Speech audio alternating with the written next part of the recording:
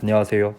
지금은 새벽 4시 반이고요. 아이폰 13 그리고 아이패드 미니 끝난 거 보고 간단하게 카메라를 켰습니다. 이게 뭐 그냥 자세하게 막 완전 정리 이런 건 아니고요. 그런 건 뭐 다른 리뷰어분들이 잘 해주시니까 저 같은 경우에는 그냥 간단한 소감 같은 거 그런 거 한번 남길까 해서 카메라를 켰고요. 일단 제일 기대되는 거는 아이패드 미니인 것 같아요. 개인적으로는. 사실 이거 같은 경우에는 아이패드 미니다 아니면 아이패드 프로 미니다 이렇게 얘기가 나왔었는데 결국에는 아이패드 미니라는 이름으로 일단 나왔죠. 근데 개인적으로는 가장 이번 애플 이벤트에서 가장 기대된 제품이 저는 아이패드 미니라고 생각을 해요. 간단하게 말씀드리면 홈 버튼 없어지고 애플 펜슬 2세대 생기고 크기가 7.9인치에서 8.3인치로 커지고 이 정도가 제일 큰 거라고 생각하는데 칩셋 같은 경우에는 A15로 알고 있어요. A15로 알고 있는데 뭐 솔직히 A15나 A14나 A13이나 충분합니다. 정말로 차고 넘친다고 생각이 들고 개인적으로는 애플 펜슬 2세대가 지원이 된다는 게 저는 가장 크다고 봐요. 이거는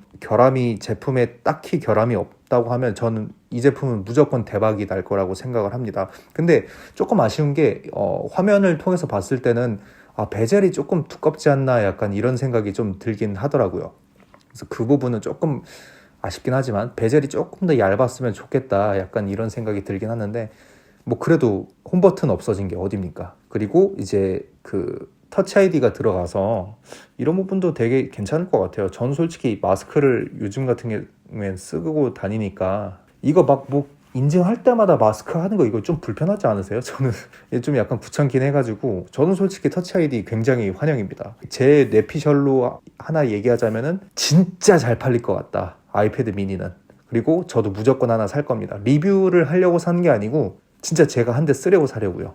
예, 그래서 굉장히 좀 기대가 많이 되는 제품이고, 그 다음에 아이폰 13하고 아이폰 13 미니가 있는데, 일단은 저 같은 경우엔 지금 사용하는 이 폰이 아이폰 12 미니예요. 근데 저는 원래 작은 폰을 되게 좋아합니다. 지금 저기 아이폰 SE도 썼었고, 아이폰 5S도 썼었어요. 저는 그 정도로 작은 폰을 좋아하는데, 작년에 아이폰 12 미니가 나오고 나서 가장 많이 얘기가 나왔던 게, 배터리 성능이었거든요. 이게 배터리가 너무 빨리 닳아서 사실 이게 좀 사용하기가 불편하다 이렇게 말씀하시는 분들도 있었는데 저도 좀 그런 거를 느꼈었어요. 근데 이런 부분들이 지금 애플에서 얘기하는 거는 1시간 반 정도를 더 사용할 수 있는 배터리가 생겼다 이렇게 얘기를 했는데 이건 솔직히 직접 사용을 해봐야 하는 부분이어서 조금 지켜봐야 될 것 같고 그리고 제가 12 미니에서 배터리보다 더 중요하게 보는 부분이 한 가지가 있어요. 그게 바로 패널인데 디스플레이 같은 경우에 저만 그런 줄 알았는데 아이폰 12 미니 같은 경우에는 화면이 좀 누래 보인다는 말이 많더라고요. 근데 저는 이게 저만 그런 줄 알았는데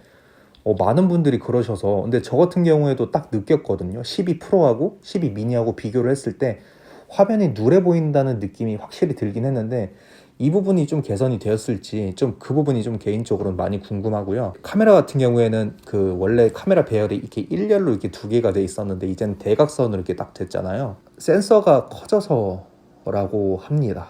이게 작년에 나온 모델 같은 경우에는 프로 맥스 모델만 이미지 센서가 큰 게 들어가고 나머지는 기존 센서의 크기를 사용을 했었는데 올해는 전부 다 4가지 아이폰 전부 다 이미지 센서의 크기를 키워준 것 같아요. 근데 이미지 센서가 커지면 나쁠 건 없습니다. 기본적으로 사진도 잘 나오고 저조도 성능도 좋아지고 그래서 개인적으로 굉장히 기대가 되고 이제 여기서 얘기한 것 중에 센서 시프트라는 말이 나와요. 근데 센서 시프트라는 게 사실 별거 없어요. 손떨방입니다. 손떨방. 근데 기존 손떨방하고 뭐가 다르냐면 기존의 아이폰에 썼던 손떨방은 렌즈의 떨림을 잡아주는 방식이에요. 우리가 이제 손으로 영상을 찍을 때 떨림이 느껴지면 그 떨림을 렌즈가 이렇게 잡아주는 거거든요. 그래서 되게 부드럽게 나오는 건데 이제는 렌즈로 잡지 않고 이미지 센서로 그 손떨림 방지를 잡는다는 거거든요. 근데 사실 이거 같은 경우에는 저는 아이폰 그 렌즈 손떨방을 쓸 때도 정말 좋다고 생각을 했어서 아이폰이 손떨방이 정말 좋은 편이거든요. 그래서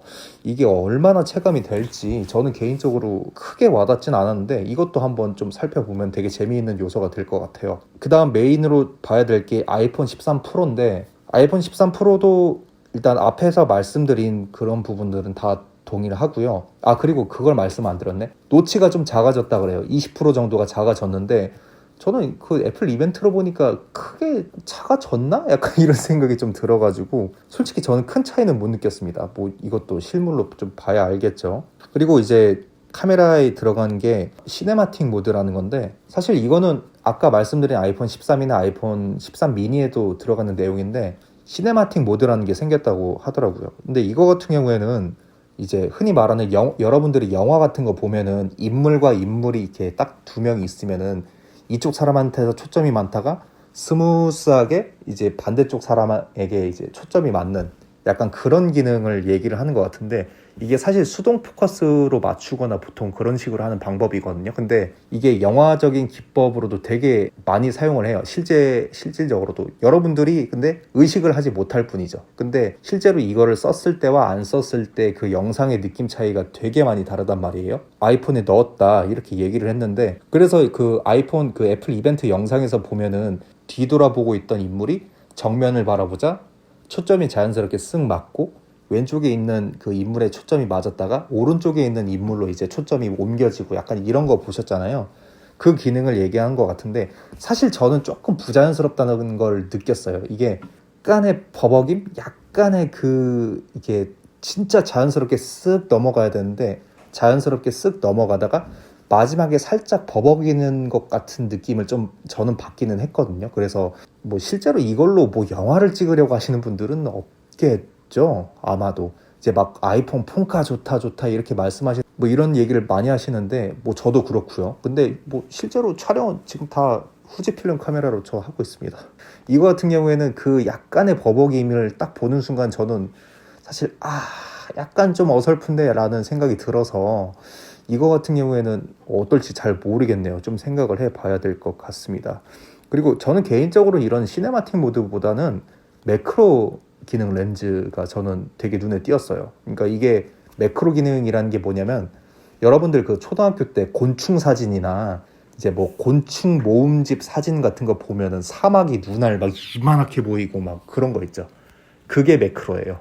그게 매크로 기능입니다. 이게 접사라고 하는 건데, 이제 기존 스마트폰 카메라, 삼성에도 제가 알기로는 이 기능이 있는 스마트폰이 있거든요. 모델명은 정확히 기억이 안 나는데 이게 된다고 하더라고요. 근데 이거는 개인적으로는 되게 기대하고 있는 부분이 뭐냐면은 사진으로 표현할 수 있는 부분이 되게 많아져요. 그러니까 평소에는 찍을 수 없는 되게 독특한 느낌의 사진, 우리가 실제로 보는 시야로는 볼 수 없는 되게 독특한 사진들을 찍을 수 있는 요소가 되게 많아서 저는 개인적으로는 시네마틱 모드보다는 매크로 기능이 오히려 더 기대가 되더라고요.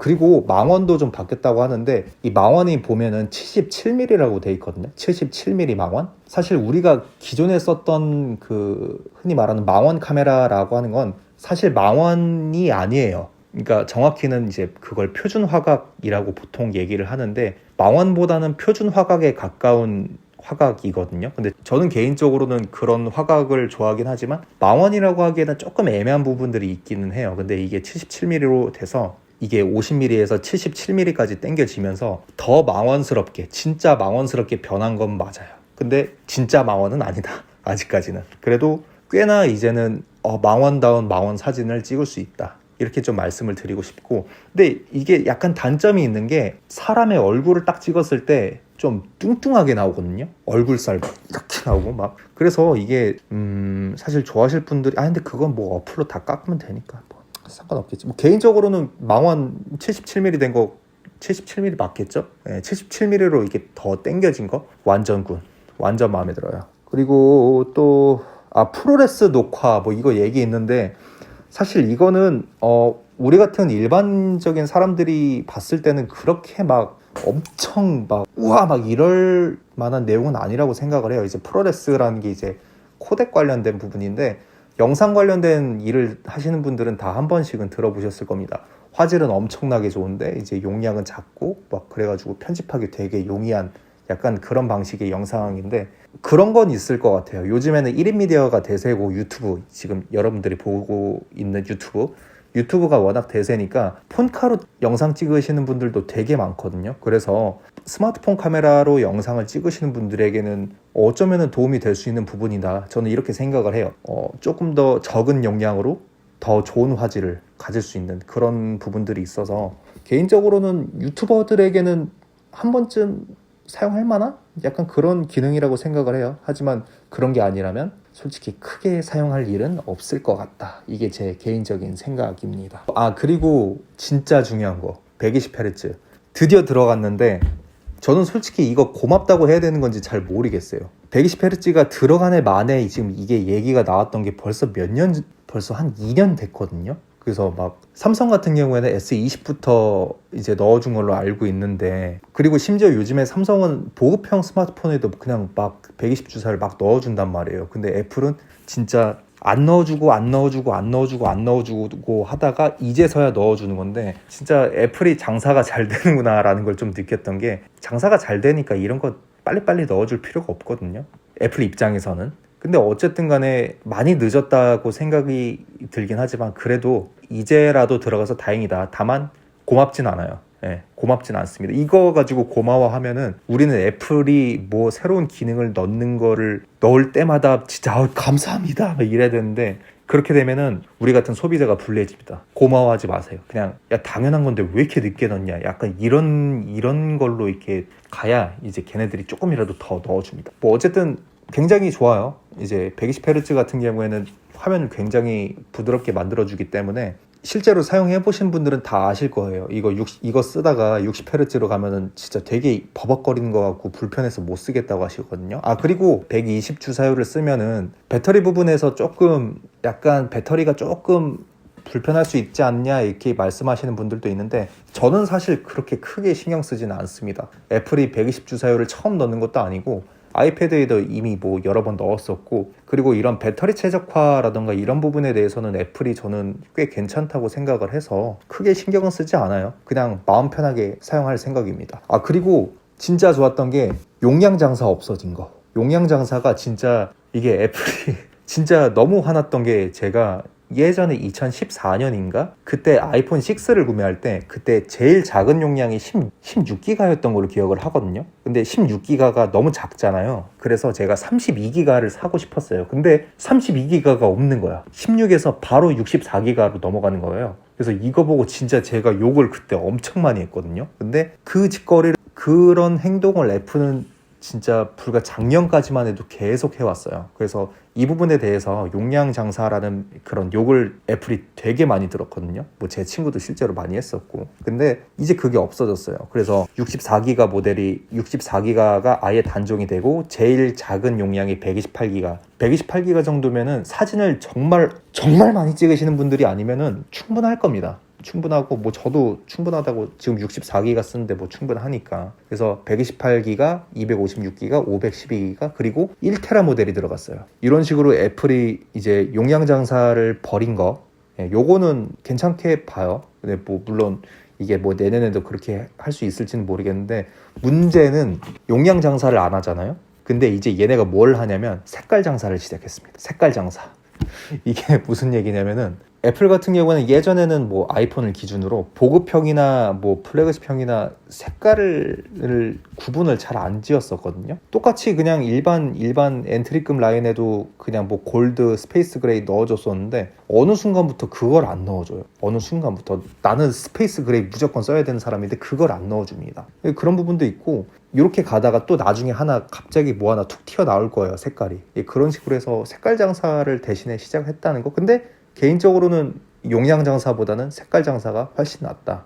저는 그렇게 개인적으로 생각을 해요. 그리고 시에라 블루인가? 이번에 새로 나온 색깔이 있는데, 약간 어떤 분이 뽕따 색깔이라고 하시는데 진짜 이쁘더라고요. 저 같은 경우에는 원래 스페이스 그레이 아니면 무조건 그래파이트, 이 둘 중 하나만 사용하는 사람인데, 이거 시에라 블루, 이건